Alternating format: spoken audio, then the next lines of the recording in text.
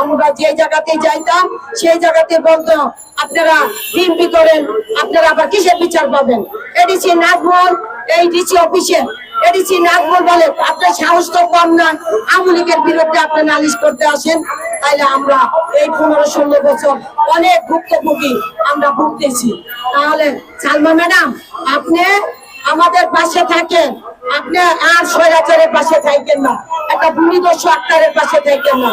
এই আন্দোলনের সময় আমাদের পাশে আপনি ছিলেন, কিন্তু এখন কেন এই স্বৈরাচারের পিছে আপনি আছেন? দেখেন, আপনি তদন্ত করে দেখেন, আপনি একটা মেয়ে মানুষ, আমরা একটা মেয়ে মানুষ, আমাদের পাশে থাকেন। ন্যায় বিচারটুকু চাই আপনার কাছে।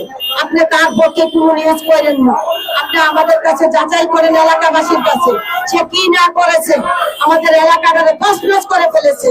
যেই যার জায়গায় একটু প্রতিবাদ করতো তাকে মামলা, তার ছেলেকে ওটাই নিয়ে অস্ত্র দিয়া মাদক দিয়া আমাকে নিজে আমাকেও আমি প্রতিবাদ করাতে আমাকেও নিয়ে গিয়ে মামলা দিয়েছে।